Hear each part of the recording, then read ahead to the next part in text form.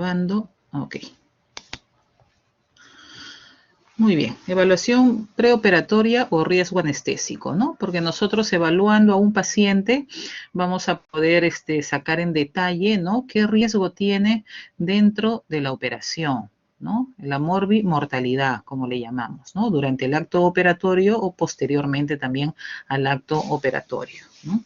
Esto va a depender de la cirugía también que se realice. Como dice la definición, y vemos acá, es un proceso de evaluación clínica del paciente, ¿no? Cada paciente es diferente, cada paciente tiene diversas enfermedades y de todo eso tenemos que conversar primero vía consulta médica, ¿no? Consulta médica antes de que ingrese a sala de operaciones.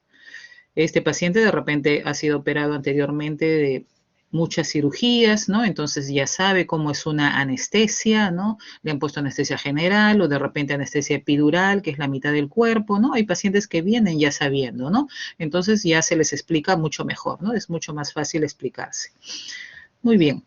Entonces, como ya sabemos, la evaluación que hacemos nosotros va a anteceder a un acto anestésico, ¿no? Para su cirugía, y no solo para la cirugía, sino también para procedimientos de terapia del dolor, ¿no? Porque los anestesiólogos también hacemos esto. Tratamos la terapia del dolor, sobre todo en pacientes oncológicos, ¿no? Tenemos varios recursos para hacer procedimientos y tratar su dolor. También su acción servirá para disminuir la morbimortalidad, como les dije, intra y posoperatoria, ¿no? Si un paciente es hipertenso, le tenemos que decir, ¿no? Señor, tiene que venir tomando con un sorbito de agua porque tiene que venir en ayunas, ¿no? Sin comer, sin tomar nada, pero si es hipertenso, toma su pastilla solo con un sorbo de agua a primera hora, ¿no? Entonces, esto que nos va tratar en el paciente que su presión no suba demasiado, ¿no? Porque en sala de operaciones todo paciente que entra se sube la presión por la tensión, por los nervios. Y si es un paciente hipertenso, mucho más, ¿no? Entonces, estos pacientes tienen que venir tomando su pastilla para la presión de todas maneras. Y también se conversa con el paciente sobre su cirugía y se da el plan anestésico dependiendo de la cirugía que se va a realizar. De esta manera también podemos evitar suspensiones de cirugías. ¿En qué casos nosotros suspendemos una cirugía? Número 1, si el paciente no tiene todos sus exámenes ya realizados, ¿no? No tiene su consentimiento de cirugía firmado. Y en el acto operatorio, si es que el paciente llega, ¿no? A una evaluación previa ya antes de operarse y el paciente está resfriado, está tosiendo, ¿no? Con secreción o ha comido, ¿no? Por eso se le conversa bastante al paciente de que no debe de comer, ¿no? Un previo de 6 horas, 8 horas antes, ¿no? Dependiendo del alimento. Entonces, por estas cositas se puede suspender una cirugía, ¿no? Ya otra materia es que de repente pues no haya los insumos necesarios para la operación, ¿no? Que eso ya va de parte del cirujano. Generalmente en traumatología, por ejemplo, no hay los materiales adecuados, ¿no? Los tornillos, los clavos, siempre se suspenden, ¿no? En un gran porcentaje las cirugías por la falta de material también. Muy bien, entonces debemos de tener nosotros, con todo esto de la evaluación, nuestros recursos listos para la cirugía y la anestesia, ¿ya? Tratamos de evaluar al paciente justamente por esto, para no suspender su operación en último momento. Nosotros tenemos un consultorio de anestesiología donde evaluamos al paciente. Cuando es en la práctica privada es mucho más rápido, ¿no? Generalmente los evaluamos a los pacientes máximo una semana antes de que vayan a operarse y entran rápidamente pues a la siguiente semana ya a operación, ¿no? Cuando es hospital, generalmente se les evalúa un mes antes, ¿no? Por las citas que son más alejadas, se les evaluaba pues un mes antes mínimo o hasta más, ¿no? Porque no había ni citas.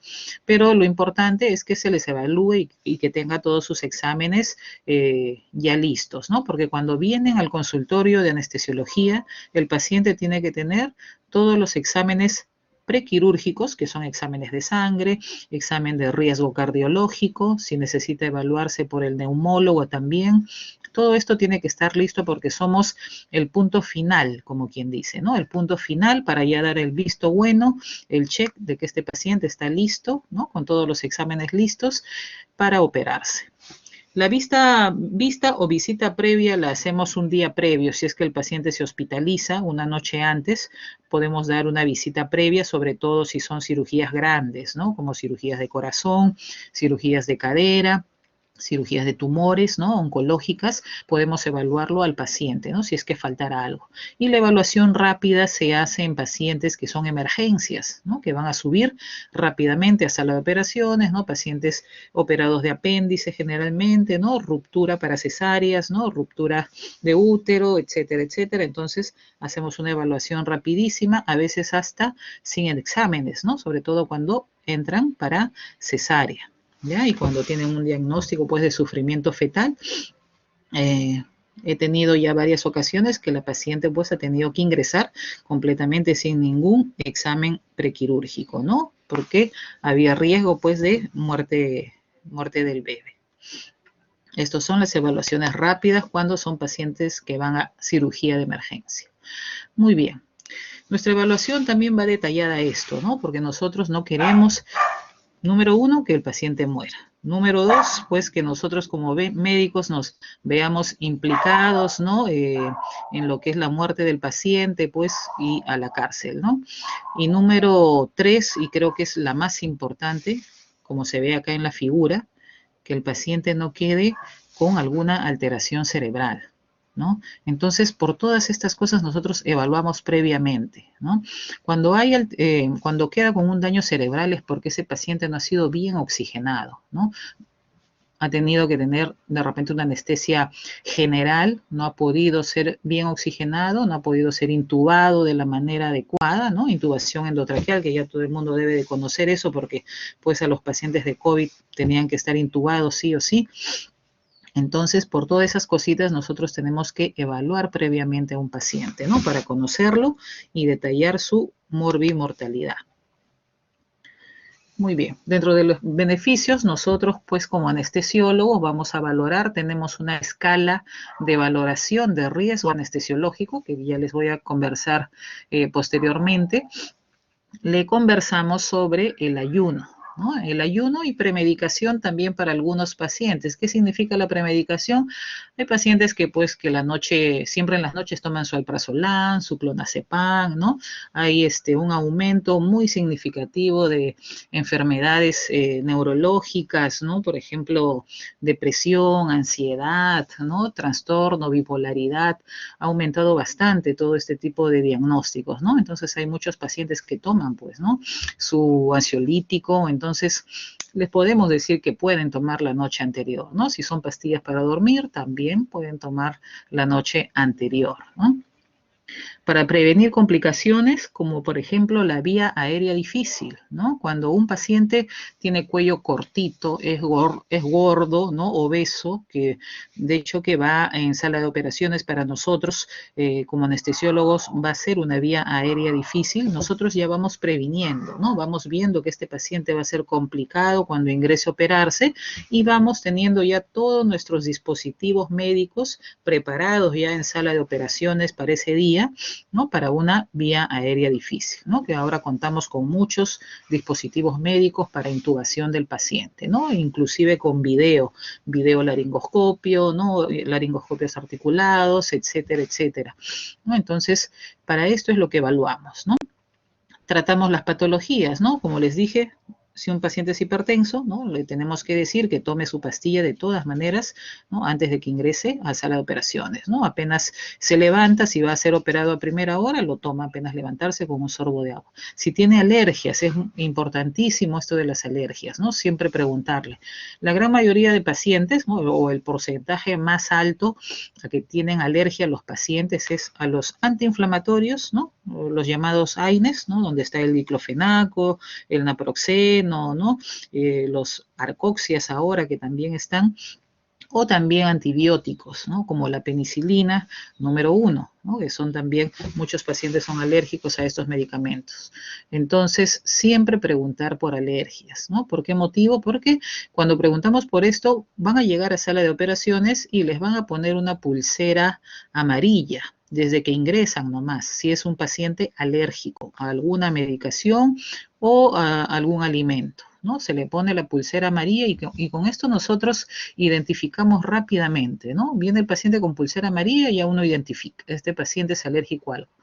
Y rápidamente se le pregunta, ¿no?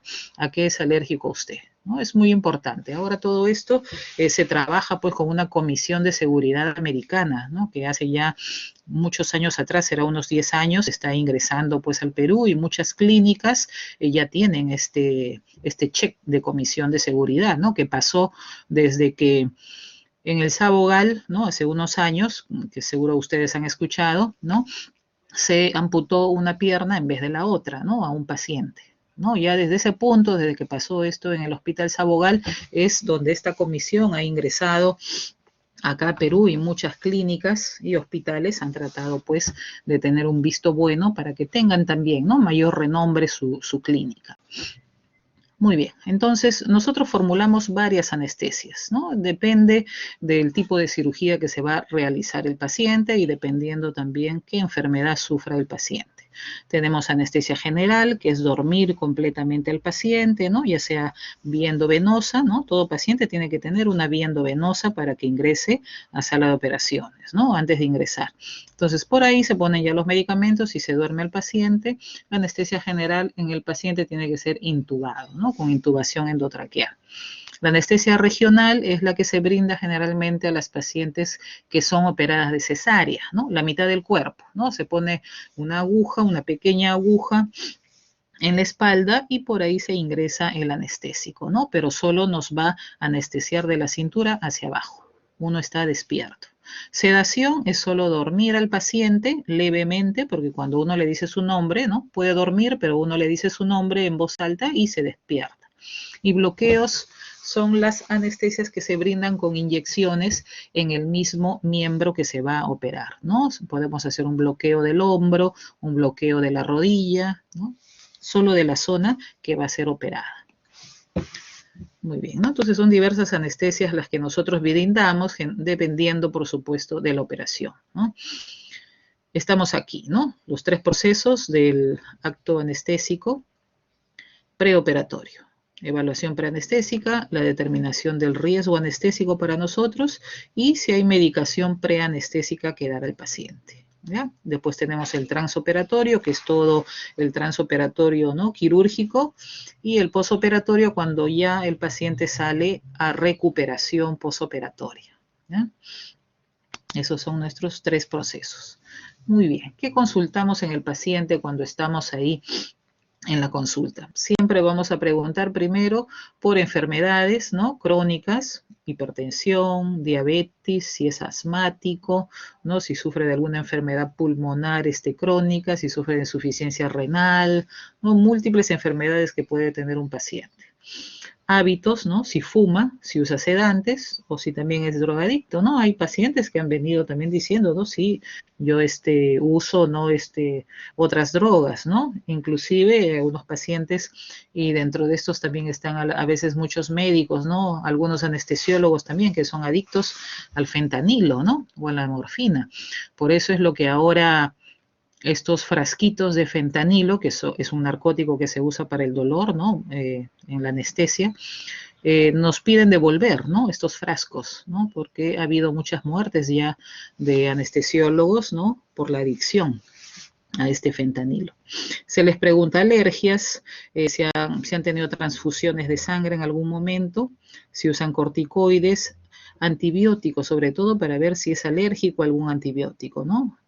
Los fármacos que usa, ¿no? Generalmente, si son hipertensos, que hay un porcentaje alto de pacientes que son hipertensos, siempre se le va a preguntar su terapia, ¿no? ¿Qué medicamentos usa? Hay muchos pacientes que no se acuerdan a veces qué medicamentos usan, pero bueno, si viene con un familiar al lado, si puede dar una llamada a su familiar, alguien que sepa, porque es bueno anotar el medicamento exacto. Y cuando son medicamentos anestésicos, medicamentos para hipertensión, ¿cuál es lo importante? Que nos diga si el paciente toma aspirina o no. La aspirina es un anticoagulante. Este medicamento no tiene que ser tomado siquiera unos 5 días o a una semana, mejor, del día operatorio, ¿no? Eso es muy importante, ¿ya? Y de hecho que también cuando lo evalúa el cardiólogo le va a decir lo mismo, ¿no? Entonces ya tenemos ahí al menos 2 médicos, ¿no? El cardiólogo y luego el anestesiólogo, que va a conversar con el paciente para decirle que debe de dejar de tomar la aspirina si es que lo toma, ¿no? Evaluación física, siempre le hacemos pesar sobre todo, ¿no? Tomamos, hay una balanza siempre en el consultorio y le tomamos su peso, su talla, ¿no? De repente también nos sirve bastante, pero mucho más el peso. Y vemos la vía aérea difícil, ¿no? Ya les voy a enseñar cuáles son las formas de ver vía aérea difícil. ¿Qué significa esto? Como les dije, ¿no? Pacientes que tienen el cuello cortito o pueden tener la boca pequeña, chica, ¿no? No hiperextienden bien el cuello, ¿no? Todas estos puntos van a detallar que el paciente va a tener una vía aérea difícil y que va a ser en el momento de la operación difícil intubarlo, en el momento de la inducción de la anestesia, ¿no? Inclusive ha habido pacientes que no se les puede intubar y que ha tenido que ser suspendida la operación, ¿no? Por difícil intubación. Es raro porque tenemos un montón de dispositivos médicos para poder intubar, pero sí ha habido, sí ha habido. Muy bien, ¿no? Entonces, como les dije, el peso, la talla, le tomamos, por supuesto, la presión, ¿no? La frecuencia respiratoria, ahora que se tiene el pulso oxímetro, ¿no? Ahí vemos la frecuencia cardíaca, evaluamos la vía aérea, ¿no? A nivel del cuello, y también la evaluación por sistemas, ¿no? Bueno, ahora en esta época ya no nos acercamos pues demasiado ya al paciente, ¿no? Por esto de la pandemia del COVID, pero por lo menos pues se le toma una oximetría, ¿no? Y se le pregunta al paciente o se evalúa la historia y se ve que el cardiólogo sí le ha tomado la presión arterial, ¿no? Y de ahí más o menos ya vamos detallando, ¿no? Cuál es su presión arterial y su frecuencia cardíaca y saturación ya se le toma en el consultorio. Muy bien, dentro de lo respiratorio, la capacidad de reserva, la funcionalidad, para eso es lo que nosotros pedimos una evaluación respiratoria, ¿no? Sobre todo si son pacientes asmáticos, si son pacientes operados anteriormente de pulmón, ¿no? En estos casos nosotros sí tratamos de que el paciente sea evaluado por un neumólogo. Cardiovascularmente, generalmente ya el cardiólogo mismo es el que lo evalúa y nos brinda pues su hoja de riesgo cardiológico, ¿no? Ya eso también viene en la historia. Excretor, se le pide al paciente pues un examen de orina, un examen de urea y creatinina, donde nosotros valoramos, ¿no? Cómo está funcionando ese riñón. Metabólico, perfil hepático generalmente en pacientes que sufran del hígado, ¿no? Que tengan ya antecedentes de alguna lesión, ¿no? Alguna cirugía de repente, algún daño hepático. Pero si no, no se pide dentro del perfil preoperatorio. La glicemia sí, de todas maneras, ¿no? Que es para ver la glucosa en sangre, ¿no? Porque hay un porcentaje alto de pacientes diabéticos, entonces siempre se pide glicemia dentro del perfil prequirúrgico, ¿no? De exámenes de laboratorio. Hematológico, si se pide hemoglobina, grupo sanguíneo, que es muy importante, porque si este paciente pues en algún momento tenga que transfundir, tenemos que saber siempre el grupo sanguíneo, ¿no? O sea, aquí va hemoglobina, grupo sanguíneo. Y bueno, también evaluamos el nivel neurológico, como ya les dije, no hay muchos pacientes con diagnósticos de enfermedades mentales, ¿no? Entonces, en estos pacientes tiene que sí o sí ser una anestesia general, ¿no? Porque de repente los pacientes sufren de ansiedad, ¿no? Pueden sufrir hasta de taquicardia también por la ansiedad, entonces es mucho mejor dormirlos, ¿no? Desde sedarlos, ¿no? Dependiendo de la cirugía que sea, hasta la anestesia general, ¿no? Si es una cirugía más grande. Miren acá, estos son los exámenes que se piden dentro de lo que es exámenes de laboratorio prequirúrgico. Por supuesto, ahora se está pidiendo pues el examen, la prueba antigénica, ¿no? Para COVID. En todo paciente que ingrese a operarse electivo, prueba antigénica para COVID. Y también emergencia, ¿ya? Todos ingresan antes con su prueba. Muy bien, se pide el hemograma donde entra hemoglobina, grupo sanguíneo, ¿no? El perfil de coagulación, la glucosa, urea creatinina, ahí está el grupo sanguíneo, y también pedimos siempre HIV, ¿no? Para ver SIDA, hepatitis, VDRL, para ver sífilis y el riesgo cardiovascular y riesgo neumológico si lo necesitara, ¿no? Si tiene antecedentes de operaciones del pulmón, si es asmático o si sufre de alguna enfermedad pulmonar. El examen de orina también presente y la duración de todos estos exámenes va a tener una duración de 3 meses. ¿Qué quiere decir? Que uno puede conversar con su cirujano, le manda todos los exámenes necesarios, ¿no? Para que se opere y de repente pues tuvo problemas, no se pudo operar la siguiente semana, tiene un tiempo, ¿no? Hasta de 3 meses que le van a durar estos exámenes para poder operarse. ¿Ya? Es un buen tiempo. Esta parte es muy importante, ¿no? Factores dependientes o relacionados, ¿no? En lo que es el riesgo quirúrgico. Generalmente no es lo mismo operarse en una clínica pequeña, ¿no? En el centro de Lima, que de repente no sabemos qué tendrá esa sala de operaciones, no sabemos si tendrá oxígeno, si tendrá una buena máquina de anestesia, que operarse en una clínica pues grande o en un hospital de nivel 4, ¿no? Que sabemos pues que tendrá todo lo necesario, ¿no? Para que el paciente tenga un acto quirúrgico pues con seguridad, ¿no? Entonces eso tenemos que detallar muy bien, ¿no? Recién he escuchado una noticia ayer, ¿no? De una paciente que ha muerto por hacerse pues una liposucción al parecer, ¿no? Una señora que hacía masajes en el mercado, miren dónde ingresa también, ¿no? Esta señora a hacerse una liposucción, ¿no? Muere a la semana ya por complicaciones, ¿no? Entonces, también tenemos que cuidarnos nosotros, ¿no? No es operarse donde sea, ¿no? Hay que ver dónde adecuadamente podemos nosotros operarnos. Es nuestra vida, es nuestra salud. Dentro de los factores dependientes del paciente tenemos relacionados con las condiciones psicofísicas, clínicas, patológicas y sociales del paciente, ¿no? En relación con las enfermedades que tenga. Esto significa, ¿no? Qué patologías presenta un paciente, ¿no? Y dependiendo de eso, pues vamos a ver qué riesgos va a tener el paciente dentro de la anestesia y dentro de la operación. Factores relacionados con la cirugía. Esto va a significar, pues, no va a ser lo mismo operarse pues de una hernia umbilical o inguinal que operarse de una cirugía de corazón o de cadera, ¿no? Que son cirugías que van a sangrar, que son más complejas, más complicadas, ¿no? Factores relacionados con la cirugía. Esto es muy importante porque dependiendo de eso, como les digo, va a ser la morbimortalidad, ¿no? Dentro del transoperatorio. Y factores relacionados con el entorno, ¿no? Esto que les hablaba de la señora que se hizo la liposucción. Y generalmente dentro de lo que es cirugía plástica, siempre las personas se operan a veces en sitios donde no deben operarse, ¿no?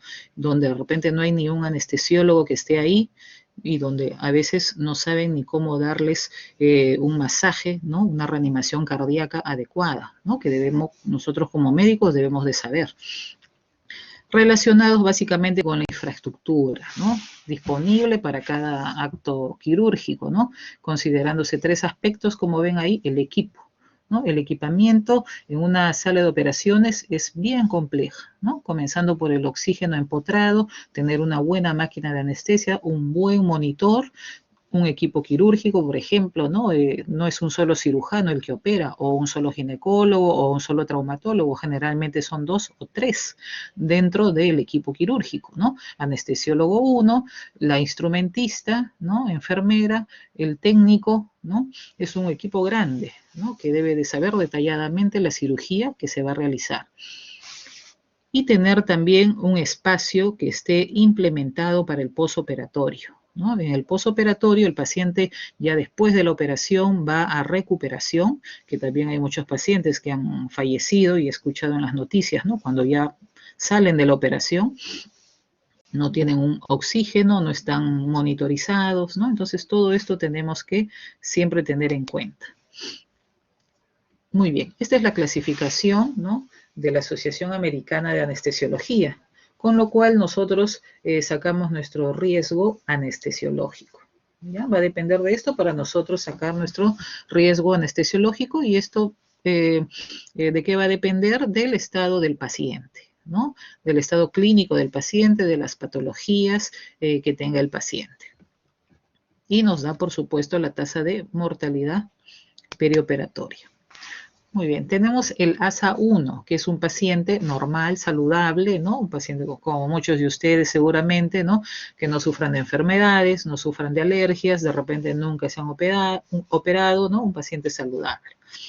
Un ASA2, que es un paciente con enfermedad ya sistémica, crónica, ¿no? Moderada, que es tratada, ¿no? Que tiene un tratamiento estricto, un paciente diabético, hipertenso, ¿no? Que está tratado puntualmente, un paciente obeso, o también aquí en el ASA2 ingresan las pacientes gestantes, ¿no? Porque tienen toda una alteración del sistema, de las funciones, entonces también ingresamos a estas pacientes en ASA2. El ASA3 ya son pacientes con enfermedades sistémicas severas, ¿no? Un poco más limitantes ya, pacientes pues que sufren del corazón, ¿no? Que han sufrido un infarto de miocardio reciente, que sufren de enfermedades pulmonares crónicas, ¿no? Obstructivas crónicas, o que han tenido alguna angina también reciente, ¿no? O enfermedades pulmonares o enfermedades, ¿no? Cardíacas. El ASA4, acá generalmente vienen los pacientes renales, ¿no? Son enfermedades ya discapacitantes, ¿no? En una constante amenaza para la vida.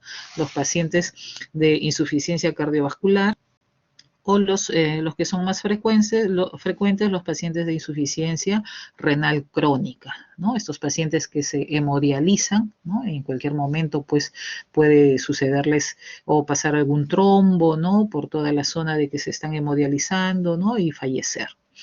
El ASA5 ya es un paciente moribundo, son pacientes que tienen lamentablemente un diagnóstico de aneurisma roto. Generalmente estos pacientes que ingresan a sala de operaciones con este diagnóstico de aneurisma roto, es un más del 50%, si no es más, que fallezcan dentro de sala de operaciones o si no al siguiente día, pues en la unidad de cuidados intensivos, ¿no? Si salen de operación, al siguiente día en la unidad de cuidados intensivos, ¿no? Yo he tenido 2 pacientes de aneurisma roto, ¿no? Pacientes bien delicados completamente, vienen ya con una hemoglobina hasta de 2 o 3 gramos de hemoglobina, que es bajísimo, ¿no?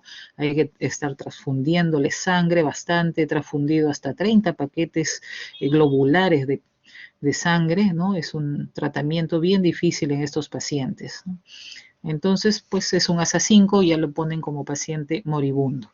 Y el ASA6 es un paciente con muerte cerebral, ¿no? Que ingresa por algún accidente de tránsito, ¿no? Pero ya tiene pues una lesión cerebral y estos pacientes generalmente ingresan para donadores, ¿no? Donantes. ¿Ya? Entonces son todas estas nuestras categorías, ¿no? De nuestro riesgo anestesiológico. ¿Ya? Esto apréndanlo bastante, generalmente siempre va ingresar por la importancia que tiene, al menos para nosotros como anestesiólogos, es muy importante esta clasificación, ¿no? Del ASA. Y la mortalidad pues va a depender dependiendo de la numeración, ¿no? El ASA1, como son pacientes pues saludables, van a tener una mortalidad pues del 0,06 al 0,08, ¿no? Mínima. Y así va subiendo. Vamos aquí al ASA4, que son los pacientes renales, ¿no?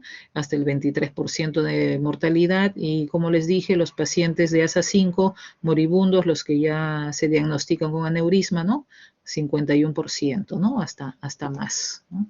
De mortalidad en sala de operaciones. La evaluación cardiovascular. Felizmente que la evaluación cardiovascular, como su nombre lo dice, ya lo hace el cardiólogo, ¿no? A nosotros ya nos llega su evaluación con su riesgo cardiológico, ¿no? Ya él detalla lo que tiene el paciente, el riesgo, igual que nuestro riesgo anestesiológico va a ir detallado por números, ¿no? Riesgo 1, riesgo 2, riesgo 3, ¿no? Entonces ya nos detalla el cardiólogo en su evaluación. Y por supuesto siempre tener cuidado, ¿no? Porque las complicaciones van a ser mayores en estos pacientes con los factores de riesgo, ¿no? En los hipertensos, en pacientes diabéticos con colesterol alto, en los pacientes fumadores, ¿no? Sedentarismo, ¿no? En estos pacientes pues va a haber una mayor, hay que tener un mayor cuidado, ¿no? Pacientes que sufran de cualquier enfermedad coronaria o cardíaca, cardiopatía isquémica o enfermedades también cerebrovasculares. Y acá está la evaluación que hace el cardiólogo, ¿no? Igualmente, él va a evaluar, va a hacer una pequeña anamnesis en su evaluación, lo explora, ausculta y nos va a mandar a nosotros detalladamente, por supuesto, también nos manda qué medicamentos está tomando y como les dije, ¿no? Si toma aspirina, va a poner ahí el cardiólogo, pues, ¿no? Cuántos días antes tiene que dejar de tomar esta medicación, ¿no? En caso de que tome. Si hay algún otro comentario que hacer, igualmente lo pone ahí en su evaluación. Y la evaluación cardiovascular, como les dije, también igual, ¿no? Va en numeración. El grado 1 va a ser un paciente sano, ¿no? Hablando solo desde el punto de vista cardiovascular. El grado 2, paciente con enfermedad cardiovascular, pero que no le afecta todavía porque está tratándose, ¿no? Generalmente son los hipertensos. El grado 3, ya con enfermedades cardiovasculares que afectan grandemente, ¿no? Las insuficiencias cardíacas. Y el grado 4, ya con grave enfermedad que puede comprometer la vida, ¿no? Pacientes con insuficiencias cardíacas congestivas o que hayan tenido infartos miocárdicos recientes, ¿no? Muy bien, entonces ya el cardiólogo nos manda de esa manera su evaluación, ¿no? Con su riesgo. La evaluación respiratoria, les dije que ya son en pacientes que necesitan en sí, ¿no? Son pacientes fumadores, son pacientes asmáticos, pacientes operados de pulmón o que tengan alguna enfermedad pulmonar crónica, ¿no? En estos pacientes se detalla que tengan una evaluación previa por el neumólogo antes de ingresar a sala de operaciones, ¿no? Edad avanzada, ahora muchos médicos, los mismos cirujanos, ¿no? Cuando son pacientes ya adultos mayores y ahora en esta época de pandemia, ¿no? Más están enviando siempre sus consultas a neumología, ¿no? Para que los evalúe previamente antes de su operación. Tabaquismo siempre, ¿no? Enfermedad pulmonar obstructiva, asmáticos, ¿no? Se les va a ver la capacidad funcional, ¿no? Sobre todo si hay cirugía de larga duración, ¿no? Hay que tener, hay que conocer esto, que cuando nosotros tenemos una cirugía larga, por ejemplo, cirugías de columna, ¿no? Que operan los neurocirujanos, que a veces se demoran 6, 8 horas de cirugía, ¿no? De hecho, que se tiene que tener una evaluación neumológica, ¿no? Porque son pacientes que van a tener anestesia general, van a estar intubados y no solo van a estar intubados y echados de una manera normal, ¿no? Boca arriba, no, van a ir boca abajo, ¿no? Boca abajo. Entonces, de todas maneras, para ellos también una evaluación por el neumólogo es necesario. Pacientes con síndrome de apnea obstructiva, que tienen muchos pacientes, ¿no? Son los pacientes roncadores, ¿no? Síndrome de apnea obstructiva, es bueno hacerles también esta evaluación. Muy bien, antes se hacía el estudio de rayos X, ¿no? Generalmente siempre era fijo, ¿no? La evaluación respiratoria, hacerse una placa de rayos X, ¿no? Pero ahora ya por la radiación misma, para no estar irradiando a una persona por gusto, no solo se realiza en personas que requieran, ¿no? Que sufran en sí de enfermedades respiratorias, ¿no? Como vemos acá, enfermedades pulmonares agudas, crónicas, pacientes fumadores, obesidad, etcétera, ¿no? Y generalmente el neumólogo lo que les manda es una espirometría para ver la capacidad del pulmón, ¿no? Hay que insuflar, soplar, ¿no? Les manda esos ejercicios, entonces de esa manera uno ve la capacidad pulmonar que tiene el paciente. Y estos son los predictores para intubación difícil, ¿no? Como les dije, hay que ver el cuello, ¿no? Que hiperextienda bien, más o menos, mira la distancia desde tiro mentoniana, ¿no? Del mentón a la parte de la tiroides debe ser mayor de 6 centímetros. La apertura de la boca, cuando ustedes abran la boca, tiene que tener un diámetro mayor de 4 centímetros, ¿no? Para poder hacer la intubación mucho más fácil. La movilidad cervical tiene que tener un ángulo hacia atrás de 80 grados, ¿no? Que puede hiperextender el cuello, ¿no? Que pueda abrir bien la boca o subluxar la mandíbula. Si es un peso mayor de 110 kilos, ya es un predictor de una vía aérea difícil, ¿no? O si el paciente, por ejemplo, ya te viene con la noticia de que se operó anteriormente y le dijeron pues que no podían intubarlo, ¿no? Entonces ya tiene ese antecedente de vía aérea difícil. ¿Ya? Entonces, tener en cuenta siempre todos estos predictores, ¿no? Aquí están, bueno, no hacemos esto de estar midiendo ya ahora, esto es solo para que lo vean, ¿no? Generalmente ya nosotros con los deditos ya sabemos, ¿no? Mayor de 6 centímetros, ya sabemos que esta paciente hiperextiende bien el cuello, ¿ya? Es la escala de Patil. Esta es la que más usamos, ¿no? Para ver vía aérea difícil, nosotros tenemos que ver la úvula del paciente, ¿no? Que abra la boca, que saque la lengua, ¿no? Vemos como ven este paciente gordito, ¿no? Cuello ancho, de repente boca pequeña, ¿no? Va a ser bien difícil intubarlo, ¿no? Y generalmente estos pacientes tienen apnea del sueño, ¿no? Son pacientes roncadores. Esta escala se llama la vía aérea por Malampati, ¿no? La clase 1, miren cómo se ve, perfecto. Ustedes véanse en el espejo en algún momento, saquen la lengua, se va a ver de esta manera, ¿no? Ven la úvula claramente. La clase 2 ya no se ve la úvula mucho, clase 3 no se ve nada y la clase 4 absolutamente nada. Esta clase 4, por supuesto, es la más difícil, ¿no? Entonces, ya tenemos nosotros el conocimiento de que este paciente va a ser bien difícil intubarlo, pasamos la voz al médico que va a estar ahí, ¿no? En sala de operaciones y se tiene que disponer de todo lo necesario, ¿no? Para una vía aérea difícil. Riesgo endocrinológico es sacar la glucosa, ¿no? En pacientes diabéticos, la glucosa se saca a las 6 de la mañana antes de que entre a sala y posteriormente cuando sale de la operación, ¿ya? Es un control en estos pacientes diabéticos. Siempre tiene que ser así el control, ¿ya? Tenemos que evitar la aparición de cetoacidosis porque no sabemos de repente cuando termina la operación, de repente este paciente no despierta, ¿no? O se demora más en despertar. No sabemos si está haciendo un cuadro de cetoacidosis o es por la anestesia, ¿no? Entonces, por esto es lo que siempre se le saca al paciente antes de que ingrese y luego de que sale de la operación, ¿no? Hay que tenerlo siempre bien verificados sus controles de glucosa. Muy bien, y bueno, en los pacientes diabéticos generalmente son más propensos a que las heridas no cierren, ¿no? Con demasiada rapidez, ¿no? En tener infecciones, ¿no? Tienen menor tendencia que coagule la sangre, ¿no? Entonces, por todas estas cositas, un paciente tiene que entrar con una glucosa estable. Si son pacientes diabéticos, la glucosa máxima que podemos permitir nosotros para que entren a sala es de 160. ¿No? Porque hay pacientes que tienen 200, 240 de glucosa, ¿no? Que manejan una escala con insulina. Y máximo permitimos para que ingresen a sala con 160, ¿no? No más. Solo en diabéticos, ¿no? Si son pacientes que no son diabéticos, por supuesto, lo máximo que pueden ingresar es hasta 110, ¿no? Que es lo normal del nivel de glucosa, ¿no? Hasta 110, de 70 a 110. La evaluación renal le hacemos generalmente, pues, porque todo medicamento anestésico nosotros que ponemos por vía endovenosa, pues, ¿no? Tiene que salir por orina, ¿no? Entonces, esos riñones, ¿no? Esa excreción renal tiene que estar buena. Entonces, pedimos, pues, nuestra urea creatinina, ¿no? Mínimo, un examen de orina para ver si no hay infección urinaria. ¿Y por qué esto de la infección urinaria? Es muy importante para muchas cirugías, sobre todo en cirugías de cadera, en cirugías que se pongan prótesis, ¿no? Como prótesis de cadera, ¿no? Que se ponen en esos pacientes ancianos, adultos mayores que generalmente tienen infecciones urinarias, tienen que entrar sanos, ¿no? Porque si no, esta prótesis se puede infectar, se infecta y se tiene que retirar otra vez, ¿no? En poco tiempo y volverla a operar, ¿no? Entonces, para eso también es muy importante el examen de orina. Muy bien, claro. Todos los agentes anestésicos se excretan, pues, por vía renal.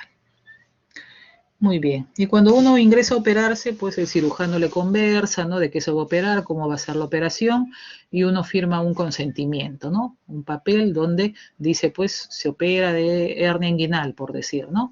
Entonces, o se opera de vesícula, ¿no? Colecistectomía laparoscópica, ¿no? Que ahora todas las cirugías son tipo laparoscópicas. Igualmente hay que operarse o hay que firmar el consentimiento del tipo de anestesia que se va a realizar, ¿no? O que se va a poner dependiendo de la operación, ¿ya? Entonces, esto es muy importante.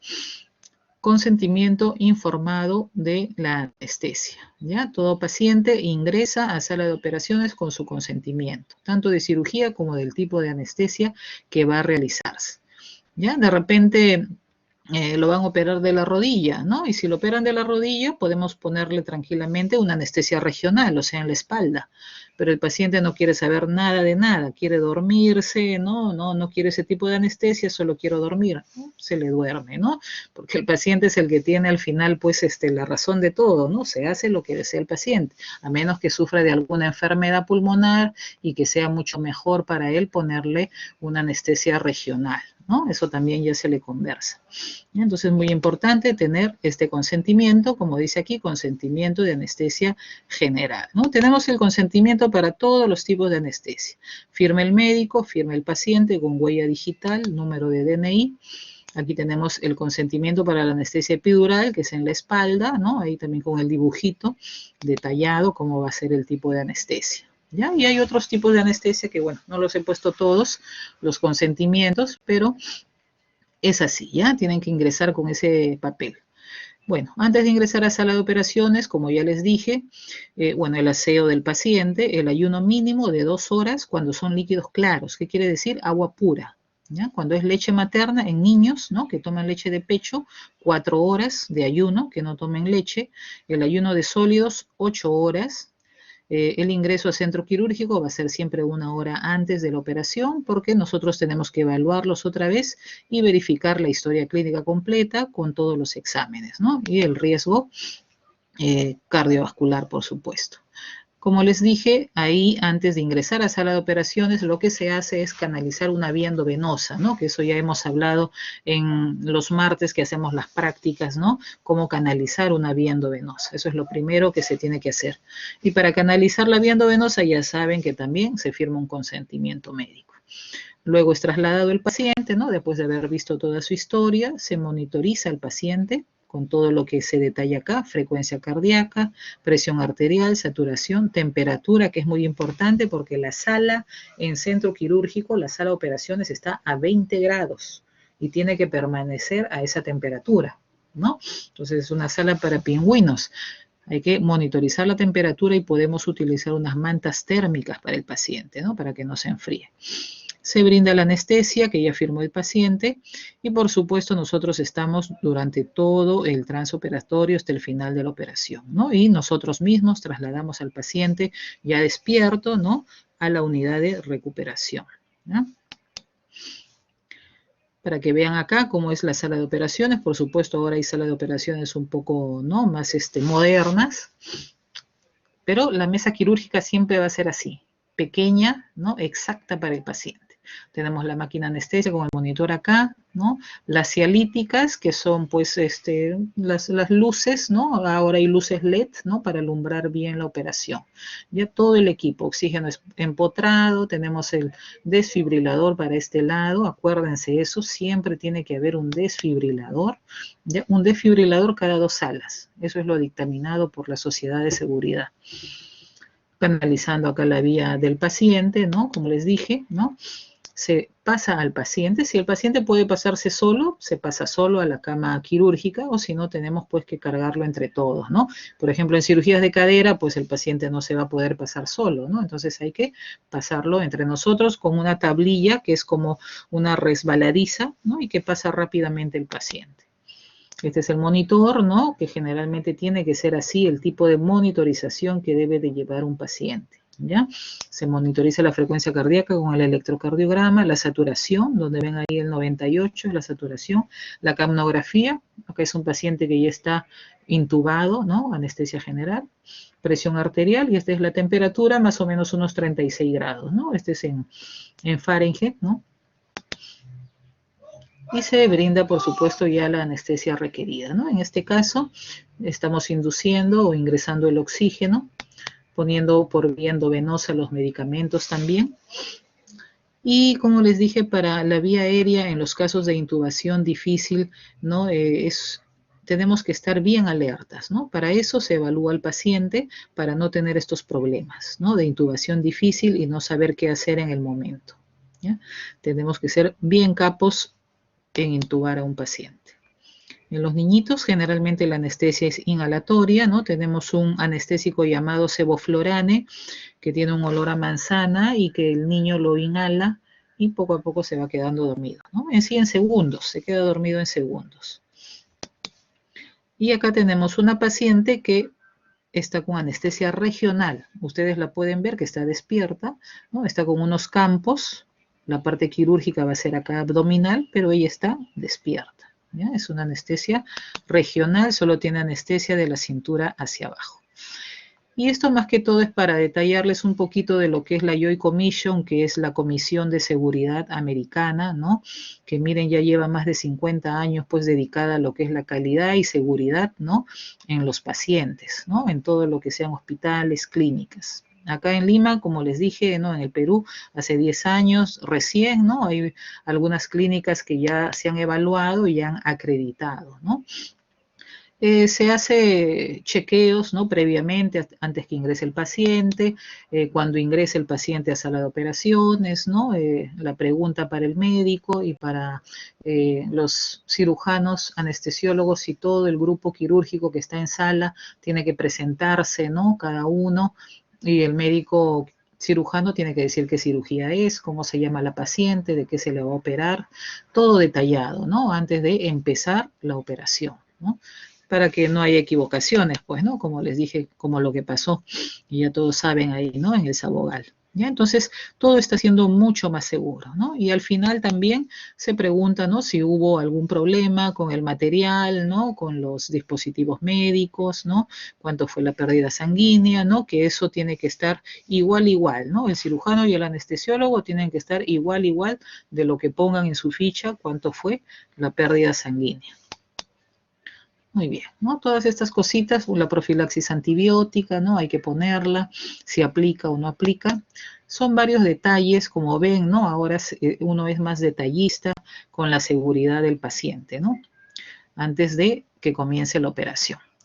Y posteriormente, ya cuando el paciente pues termina la operación, vamos a la unidad de recuperación. Ya sacamos al paciente nosotros, ¿no? Los anestesiólogos, lo pasamos a la unidad de recuperación, ¿no? En la unidad de recuperación igualmente hay que monitorizarlo, ¿no? Hay que ponerle oxígeno, ¿no? Porque es un paciente que está saliendo recién de la anestesia, y ponerle pues toda la terapia que su cirujano indique, ¿no? Si falta tratamiento para el dolor, ahí sí nos encargamos nosotros como anestesiólogos, ¿no? Y terapia del dolor. Este paciente va a estar unas 2 horas mínimas en observación de recuperación, y ya posteriormente va a su habitación, ¿no? Si es cirugía ambulatoria, que quiere decir que va a su casa después, mínimo se va a quedar pues 1 horita más, ¿no? Unas 3 horas, y luego ya de ahí pasa ambulatorio y se va a su casa, ¿ya? Vamos a ver cómo es la unidad de recuperación, ¿no? Generalmente, nosotros en la clínica Ricardo Palma, pues donde trabajo ahora, tenemos pues en la unidad de recuperación 8 camas, ¿no? Que están separadas por cortinas, cada una tiene su monitor, ¿no? Su empotrado de oxígeno, ¿no? Y tenemos 2 enfermeras en recuperación y una técnica, ¿no? Y el anestesiólogo, por supuesto, en recuperación también, que hay uno, ¿no? Entonces, tenemos que nosotros brindar seguridad al paciente, ¿no? Todo esto que es evaluación y de lo que les he hablado es para que un paciente pues ingrese, como dicen ellos mismos, ¿no? Ingresen, salgan de la operación como ingresaron, ¿no? Entonces, así tiene que ser, no puede pasar ningún percance, salvo pues sea una cirugía pues que en algún momento empiece a sangrar, ¿no? Tenga alguna alteración, ¿no? El paciente, ¿no? Pero si no, el paciente tiene que salir de sala de operaciones así como ingresó, ¿no? Y eso va a depender no solo de nosotros como médicos, sino también del paciente, que sepa escoger dónde operarse. Muy bien. Listo. Muy bien, chicos. Preguntas que tengan, a ver, antes de terminar. ¿Alguna pregunta que tengan? ¿Alguna duda? Acuérdense bastante del riesgo anestesiológico, ¿no? Del ASA. ¿Ya? No, esto les doy ya un punto, porque de todas maneras generalmente siempre viene en los exámenes, al menos yo siempre lo pongo, ¿no? Si no lo pone el doctor Inostroza, ya pues es cuestión de él, pero siempre va a venir, ya es un punto ya a su favor, para que estén al menos con un punto más en su examen. Sí, Ilan, ¿no? Ilan, ¿alguna pregunta? Sí, doctora. En el caso de que ya se le haya informado al paciente de que tiene que hacer el ayuno respectivo, pero Ajá. por mera casualidad o en cierta forma que el paciente se le haya pasado y haya comido un, un par de galletas, ¿eso te impediría para hacer lo que es la cirugía y se tendría que posponer? ¿O no se le tomaría como el Sí, costo para esto? de repente posponer, pero por horas, ¿no? Generalmente si comes unas galletas es un alimento sólido. ¿no? Entonces, un mínimo de 6, 8 horas, lo más seguro son 8 horas, ¿no? Como les indiqué ahí, que tendríamos que esperar, ¿no? Para que el paciente pueda operarse, ¿no? Eso ya va a depender del cirujano y del anestesiólogo, ¿no? De repente se iba a operar a las 2 de la tarde, comió la galleta, pero se puede operar pues a las 10 de la noche, ¿no? Posponer la operación, ¿no? Y eso va a depender ya mucho del cirujano, pero sí tendría que posponerse, ¿no? Porque ya ese estómago está lleno, aparte del líquido que tenemos, ¿no? Porque de todas maneras siempre un 20% de comida se queda en el estómago, por más de que no hayamos comido, ¿no? El día anterior o ese día. Entonces el paciente puede regurgitar y esa comida puede pasar al pulmón, ¿no? En el momento que intubamos al paciente ponemos un relajante muscular, ¿no? Que hace abrir la glotis para uno intubarlo. Entonces, todo lo que hay en el estómago puede venirse y pasarse pues al pulmón, ¿no? Yo he tenido así un paciente, y yo misma lo vi, ¿no? Poniendo el laringoscopio, ya iba a intubarlo y vi cómo se venía todo el alimento, ¿no? Estaba visualizándolo y ¡pum! Poner el tubo rápidamente, ¿no? Para que esa comida pues no vaya a la vía aérea, ¿no? A veces los familiares no entienden, ¿no? O a veces el paciente mismo no entiende, ¿no? Pero es un riesgo para el paciente, ¿no? Uno siempre tiene que explicarle eso, sobre todo en los niños, ¿no? En los niños más, porque las mamás a veces nos mienten, ¿no? Que no le han dado nada, no le han dado leche, ¿no? Desde hace varias horas y sí me ha pasado también, ¿no? Que el bebé empieza a vomitar, ¿no? Toda la leche, ¿no? Nos ha pasado, ¿no? Y es arriesgar la vida por gusto, ¿no? Esperar unas horas más, nada más. Pero sí, sí se tendría que posponer, ¿no? Sus horas. No solo cuando por alimentos, ¿no? Sino como ya les dije también si está tosiendo, si está con resfrío, ¿no? Secreción nasal o tos con flema, ¿no? En todas esas, en todos esos casos también habría que posponerlo, ¿no? ¿Quedó claro, Ilan?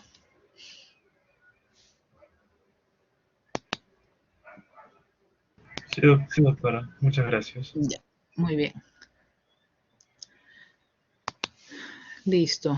¿Alguna pregunta que tengan más?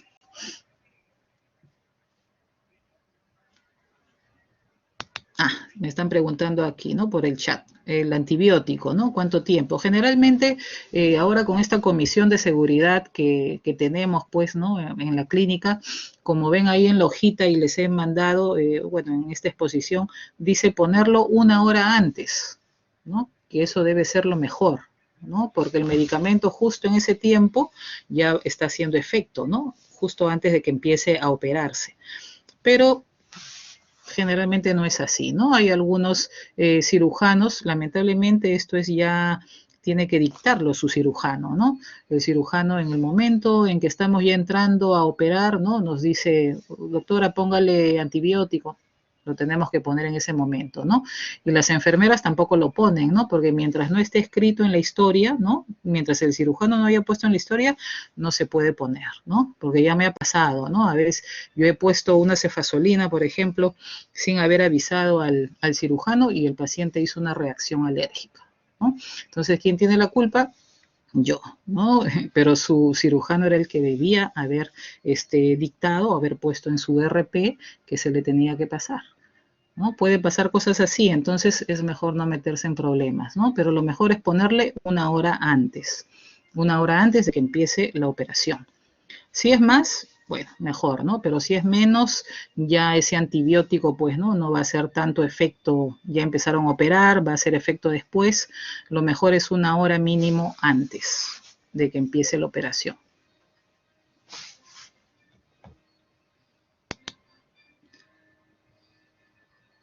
Y cualquier antibiótico, no hay problema del tipo de antibiótico, es cualquier antibiótico. Generalmente ahora lo que usan para profilaxis es cefazolina. Si son alérgicos a la cefazolina, ya usan ciprofloxacina, ¿no?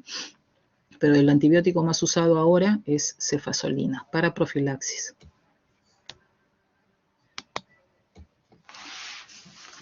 Listo, ¿más preguntas? Ya, muy bien, ya Claudia. Muy bien chicos, entonces, si no hay más preguntas, descansen, espero que ya no tengan más clases, ¿no? Y suerte pues en el examen con nosotros ya hasta el siguiente martes, ¿ya? De la siguiente práctica. Muy bien, gracias. Buenas tardes con todos. Nos vemos. Hasta luego, gracias.